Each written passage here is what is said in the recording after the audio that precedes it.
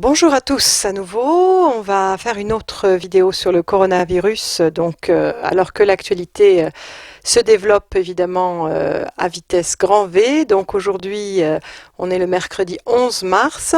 Je vais essayer de faire un petit point avec vous sur ce qui se passe nationalement et internationalement.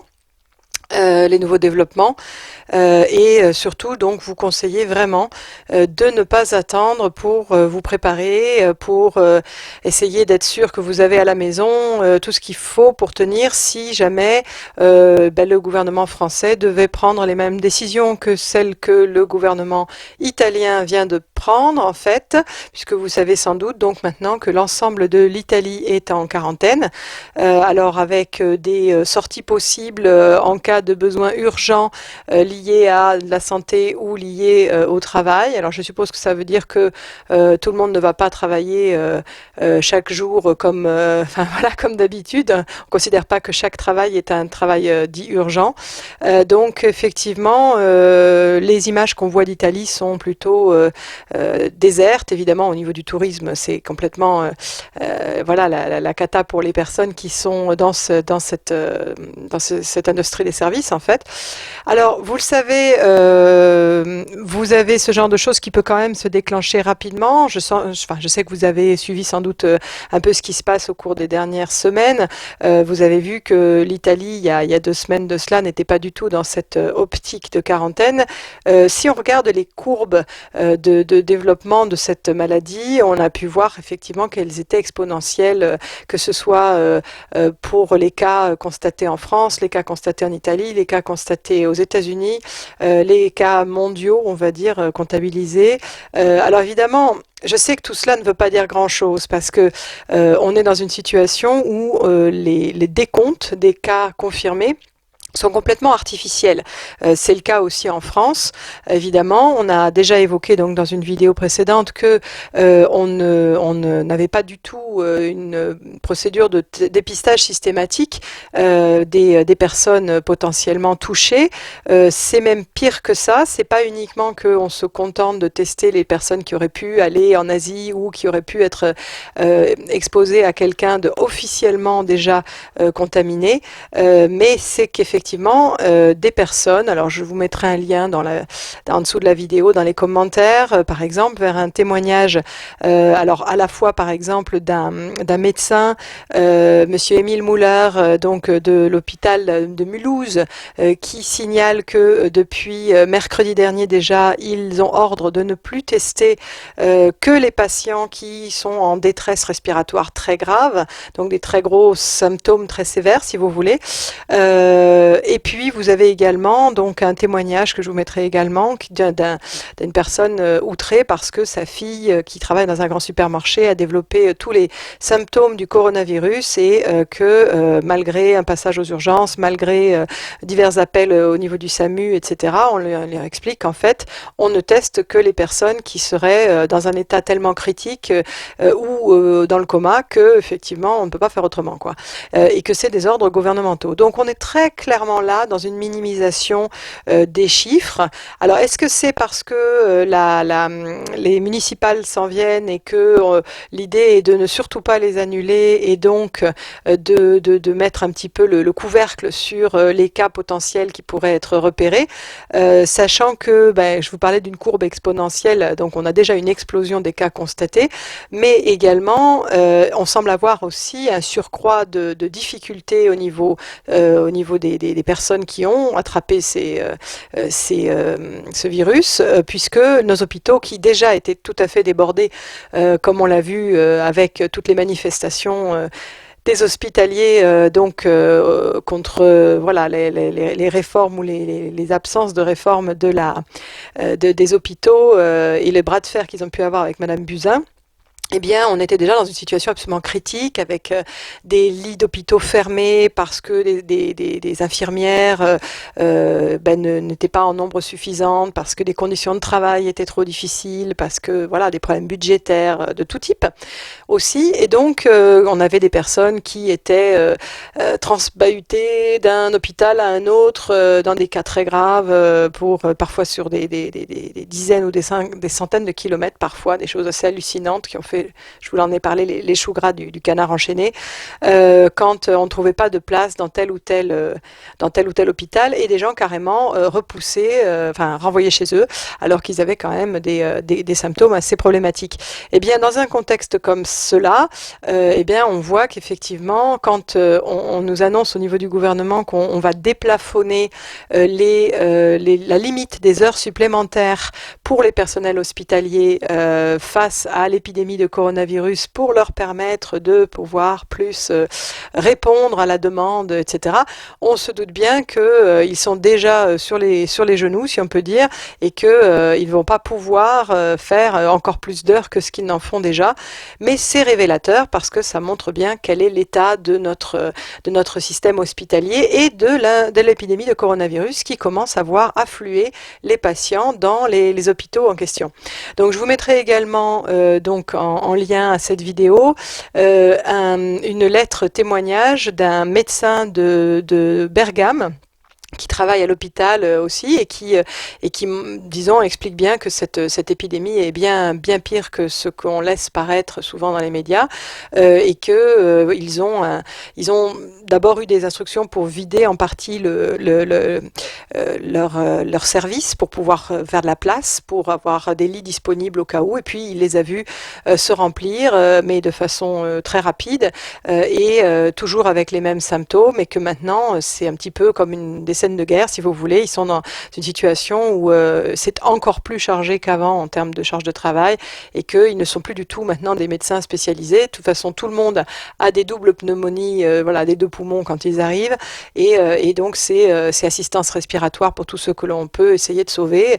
Mais vous le savez sans doute, l'Italie a maintenant mis une limite, c'est-à-dire qu'ils ne donneront généralement la priorité pour justement les intubations, pour l'aide à la respiration, que pour les personnes qui sont en dessous d'une certaine tranche d'âge, donc c'est 60 ans si ma mémoire est bonne, pour réserver ces ressources précieuses pour les personnes qui ont plus de chances de s'en remettre, et ont peut-être plus d'années à vivre. Donc c'est vraiment, voilà, en arriver là, c'est triste, c'est clair, mais c'est tout à fait malheureusement dans la logique de ce qu'on a pu voir également déjà en Chine, et ce qui risque de nous arriver donc très prochainement si l'on se fie à ce fameux décret qui montre déjà qu'il y a affluence dans les hôpitaux français par rapport à cette épidémie de coronavirus. Rappelons que donc en Chine, quand les patients se rendaient à l'hôpital, on a eu pas mal quand même de témoignages qui ont réussi à contourner la censure chinoise et à exprimer la détresse des gens qui se rendaient à l'hôpital. Donc c'était avant le bouclage en quarantaine de beaucoup de zones chinoises, et vous aviez donc des personnes qui étaient malheureusement refoulées à l'hôpital. Vous aviez des longues files d'attente, vous aviez des gens partout dans les couloirs, et puis on a entendu parler après effectivement d'entrer à l'hôpital si on avait justement ces entrées, si on était bien connecté, si on connaissait un tel qui connaissait un tel, vous voyez. Donc mis à part le piston, avec les quelques rares places disponibles, eh ben la majorité des gens ne pouvaient pas recevoir de traitement. Pas de médicaments, pas de traitement. Il semblerait que le taux de mortalité dans ce cas-là avoisine les 60 et quelques %, quand une personne qui devrait être hospitalisée ne peut pas l'être, et donc en particulier n'a pas d'assistance respiratoire, évidemment. Voilà, donc une situation en Italie qui est un petit peu en avance sur celle de la France, puisque l'épidémie a touché d'abord l'Italie avant nous, mais qui risque très certainement de nous arriver, parce qu'on n'est en plus pas du tout dans une dynamique de containment en anglais, de manière d'essayer de contenir l'épidémie qui, comme je vous le disais, passerait par un dépistage assez systématique. Alors, est-ce qu'on n'a pas assez de kits de test? Est-ce que on a décidé pour ne pas surcharger le système médical à très très court terme, de ne pas tester plus que les personnes qui sont dans un état avéré comme étant très très critique? Le problème, c'est que c'est évidemment très courte vue, parce que, eh bien, par exemple, dans le cas de ce monsieur-là, dont la fille, travaillant dans ce supermarché, avait tous les symptômes du coronavirus, bien, son patron ne sait pas s'il doit le signaler et si on doit mettre, par exemple, le magasin, le supermarché en quarantaine, et les personnels qui ont fréquenté la personne en question, cette jeune femme de 24 ans. Donc, on reste dans le flou et pendant ce temps-là, eh bien, si ça se trouve, voilà, le virus continue à se propager.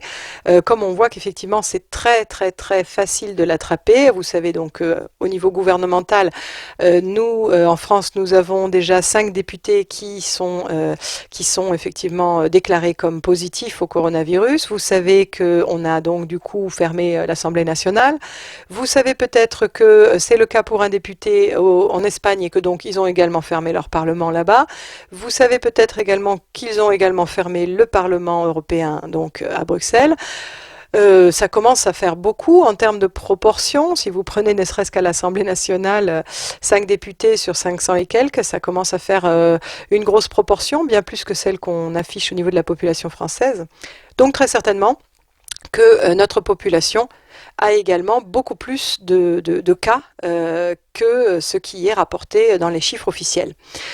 Donc ces courbes exponentielles dont je vous parlais, elles le sont, c'est vrai, elles devraient peut-être l'être encore plus, mais peut-être que si on avait également commencé à tester plus tôt les personnes qui se trouvaient à ce moment-là, peut-être sans nécessairement revenir d'Asie, mais en contact avec des personnes italiennes ou autres, il y a beaucoup plus de semaines que ce que l'on a fait, eh bien on aurait trouvé dès le début des cas plus importants et que la courbe aurait été avec une montée, si vous voulez, beaucoup moins sévère.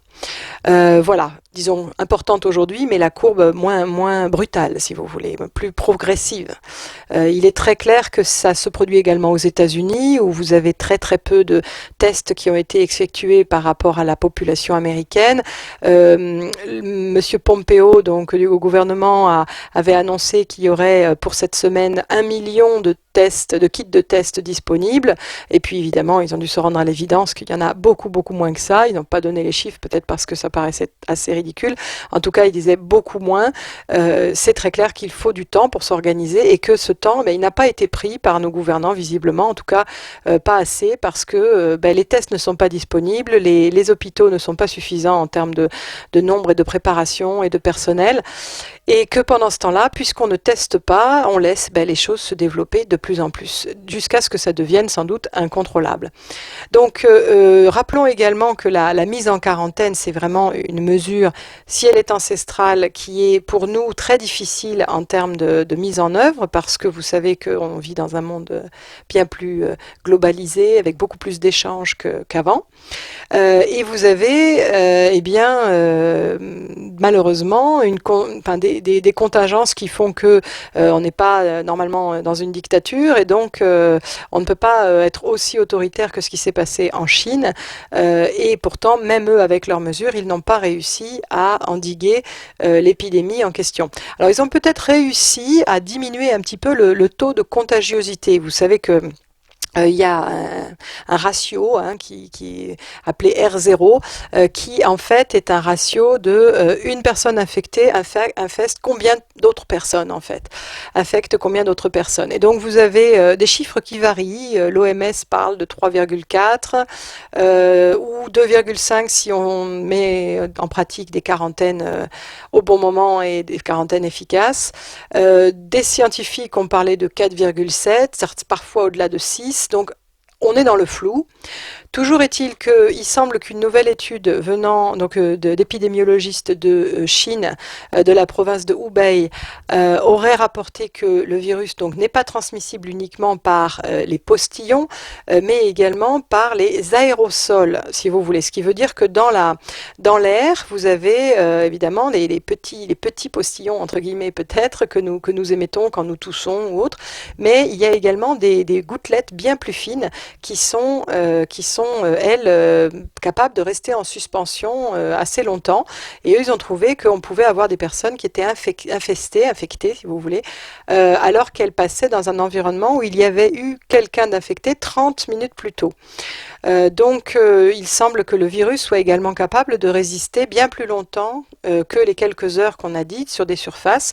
Ils ont trouvé, ça dépend de la température, ça dépend du type de surface, mais ils ont trouvé que le virus résistait de 2 à 3 jours sur des surfaces comme le verre, le plastique, le métal, le tissu. Ça commence à faire beaucoup de possibilités pour attraper avec une poignée de porte, avec des vêtements, des sièges, des sièges de quelque chose. Par exemple, ce genre de contamination. Voilà, donc ça c'est très important à savoir, sachant qu'on est donc dans une explosion des cas, que très rapidement donc en France le système sera débordé. On est déjà de toute façon dans des chiffres approximatifs pour les raisons que je vous ai données, et aussi parce qu'on a dit à tous ceux qui avaient des symptômes réduits de rester chez eux. Vous voyez venir le moment où même avec des symptômes sérieux, eh bien on ne vous prendra pas. C'est ce qui est arrivé déjà à cette jeune femme dont je vous parle, et c'est ce qui risque d'arriver de façon beaucoup plus majeure à une grande partie de la population affectée. Voilà. Où est-ce que ça nous mène tout ça? Ça nous mène peut-être à une quarantaine, si notre gouvernement prend, après sans doute les municipales, la décision d'arrêter une bonne partie de la population. Mais ce qu'on voit, c'est que si cette quarantaine doit durer plus qu'une ou 2 semaines, il est très difficile de faire redémarrer le pays. C'est ce qui se passe en Chine actuellement, où, après avoir mis le pays en quarantaine forcée, eh bien, le gouvernement chinois se rend compte de l'impact énorme que ça peut avoir sur l'économie et cherche à faire revenir les Chinois au travail. Alors, outre qu'il y a parfois des méthodes, je vous en ai déjà parlé un petit peu, la carotte, par exemple, l'entreprise Foxconn qui donnait des bonus. Foxconn, rappelons-le, principal fournisseur des sociétés de type Apple ou autres pour les iPhones et autres appareils électroniques, donc la plus grosse entreprise chinoise, qui promettait des bonus à leurs employés s'ils voulaient bien revenir au travail et s'ils restaient plus d'un certain nombre de jours au travail. Vous avez surtout le bâton avec des menaces d'arrestation, et des scènes parfois difficiles. J'ai vu une vidéo avec un policier emmenant une maman de force qui ne voulait pas laisser son enfant. Vous avez des situations pas faciles, et puis vous avez effectivement du coup un manque de confiance absolue de la part des Chinois vis-à-vis de leur gouvernement, en qui ils n'ont plus confiance, puisque il y a eu une telle couverture de la vérité sur tout ce qui a été cette épidémie, que les Chinois ne croient plus leur gouvernement quand on leur annonce que ça y est, les chiffres sont bien mieux, bien plus positifs. C'est d'ailleurs très louche la manière dont ils ont trafiqué les chiffres, on peut dire, à la fois dans la réduction du nombre de cas. On en a déjà parlé dans d'autres vidéos et dans mes émissions, donc Touche pas à mon compteur sur Radio Transparence depuis le 13 février dernier. Et effectivement, c'est très clair que là, maintenant, les chiffres de reprise de l'économie nous paraissent tout aussi faux, et peut-être avec raison, parce qu'on tombe sur des articles qui nous disent, par exemple, qui montrent des témoignages donc par exemple dans la ville de Wanzhou, de personnes qui ont des usines, qui sont gestionnaires d'usines, et à qui on demande d'utiliser 3000 kWh d'ici à minuit le soir même, donc faire tourner les machines à vide ou les airs conditionnés, si vous voulez, pour pouvoir consommer de l'électricité, parce que il faut avoir l'air de redémarrer le pays, peut-être pour les observateurs étrangers, mais aussi et surtout pour essayer de convaincre la population que les choses remarchent, que finalement tout le monde est de retour au travail sauf eux, et que donc ils ont intérêt à revenir individuellement, chacun rapidement à leur poste.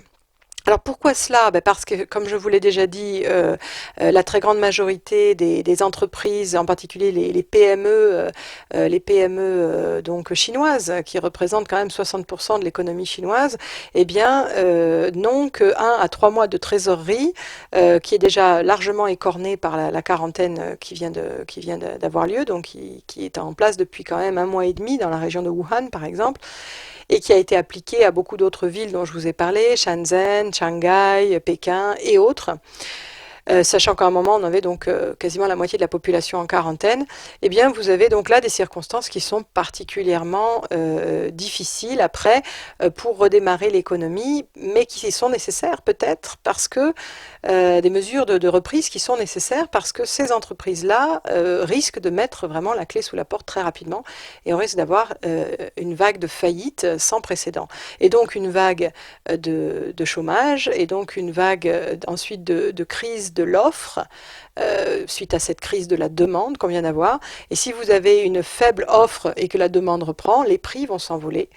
Donc l'argent que les gens pourraient encore avoir en banque éventuellement ne vaudra plus grand-chose. Et les personnes qui pourraient éventuellement ne pas avoir confiance dans les banques qui sont actuellement très secouées, et je ne parle pas que des banques chinoises, c'est le cas chez nous aussi, et qui étaient déjà très fragiles, comme l'était la Deutsche Bank par exemple, en Europe, eh bien, vous risquez d'avoir ce qu'on appelle un bank run, c'est-à-dire les gens se précipitant pour essayer de retirer de l'argent des banques en se disant est-ce que telle ou telle banque risque de faire faillite suite à tous ces chocs donc vous êtes sans doute au courant, les chocs de type boursier qui donc se multiplient actuellement et qui risquent peut-être de créer des faillites bancaires. Vous savez certainement qu'on est dans une situation de comment dirais-je, de fragilité du système monétaire mondial, puisque nos banques centrales ont depuis déjà bien longtemps, plus d'une dizaine d'années, créé énormément d'argent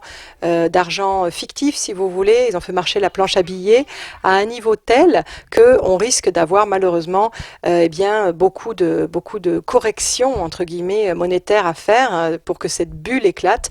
Sauf que le coronavirus pourrait en être le déclencheur. Et ça pourrait emmener très très loin au niveau bancaire, au niveau financier, boursier, bancaire, économique, de l'économie en général. Et individuellement, ça représente quoi pour vous? Peut-être beaucoup d'inflation et des pénuries importantes.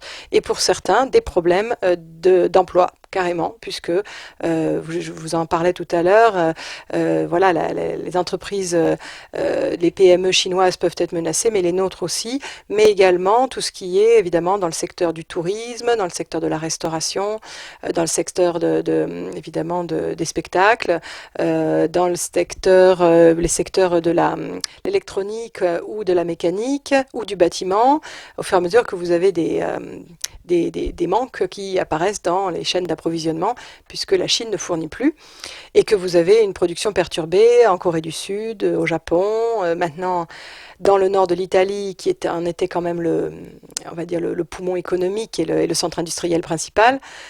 En attendant d'autres, peut-être. Angela Merkel vient d'évoquer les résultats d'un épidémiologiste allemand qui indiquerait que sur une période de 2 ans, on prévoit potentiellement que 70% de la population allemande pourrait être infectée par le coronavirus. Alors tout ça, c'est des prédictions qui se basent sur cette fameuse croissance exponentielle dont je vous parlais tout à l'heure, mais qui effectivement pour le moment semble assez confirmée. Alors voyons comment les choses évoluent, voyons si les gens peuvent être affectés mais ne pas évidemment souffrir de façon trop importante. Ce qui est problématique actuellement, c'est que les cas qui sont officialisés et détectés sont assez proches finalement du nombre de cas de personnes en état critique. Le nombre de personnes porteuses et qui ne sont pas détectées est certainement énormément plus important. Donc ça veut dire que les cas dits officiels, que ce soit en Italie ou en France, sont peut-être que ce sont des personnes qui vont s'en sortir avec assistance, etc. Mais dans tous les cas, c'est vraiment la partie émergée de l'iceberg. Voilà, donc surtout protégez-vous, mais surtout boostez votre immunité. J'ai fait une autre vidéo sur ce sujet que je vous invite à regarder donc sur la chaîne Stop Linky sur YouTube.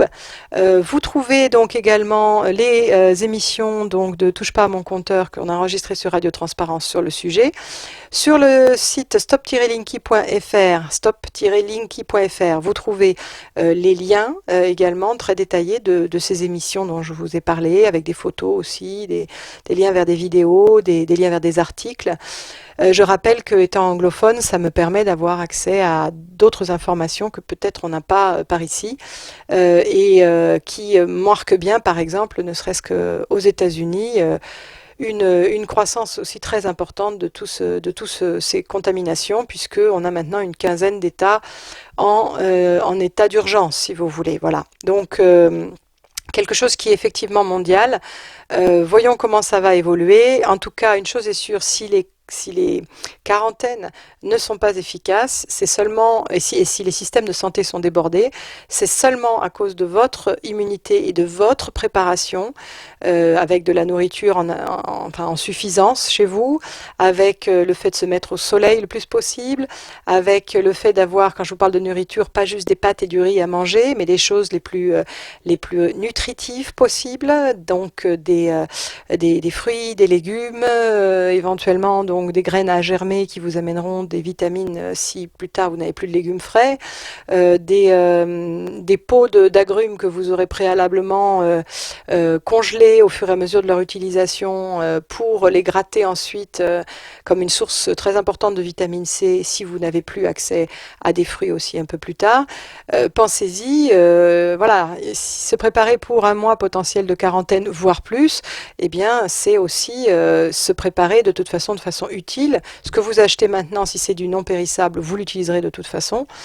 Et si c'est du périssable, eh bien, vous essayez de le conserver, de congeler, et puis d'acheter des choses qui vont pouvoir éventuellement durer dans le temps, comme je vous en parlais, donc y compris par exemple des pommes de terre, des oignons, des pommes, des choses qui se conservent, et que vous essayerez de faire durer. Voilà. Bon, normalement, on devrait quand même conserver un approvisionnement en eau, sauf si la situation devient si difficile que les approvisionnements en électricité et en eau puissent éventuellement être problématiques. Bon, en Chine, ça n'a pas été le cas, malgré une situation quand même très, on va dire, désespérée dans certains endroits. Donc, bon, potentiellement, on n'a peut-être pas besoin de faire des réserves d'eau, à voir un petit peu comment les choses évoluent, mais pensez que les médicaments vont être en pénurie, puisque la Chine est le principal producteur, que les cabinets médicaux seront débordés, que les hôpitaux seront débordés, donc vous ne pourrez pas vous en procurer facilement quand ils sont sur ordonnance. Si vous avez un renouvellement à faire, faites-le faire maintenant. Si vous avez des éléments d'hygiène ou des éléments pour nettoyer les surfaces. Je sais que les gels sont complètement déjà vendus, mais vous avez également tout ce qui est papier toilette, tout ce qui est sopalin, qui semble être très dévalisé dans d'autres pays. Mais voilà, c'est des petites choses de base qui peuvent peut-être vous manquer.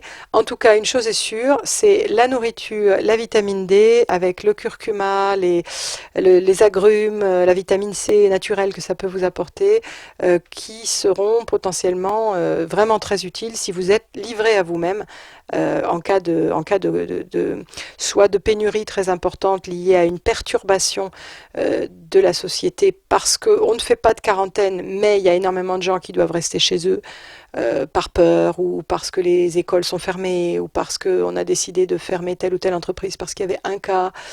Donc pas une quarantaine généralisée forcée, mais des quarantaines ponctuelles, mais qui perturbent suffisamment l'économie pour qu'il y ait beaucoup de problèmes d'approvisionnement.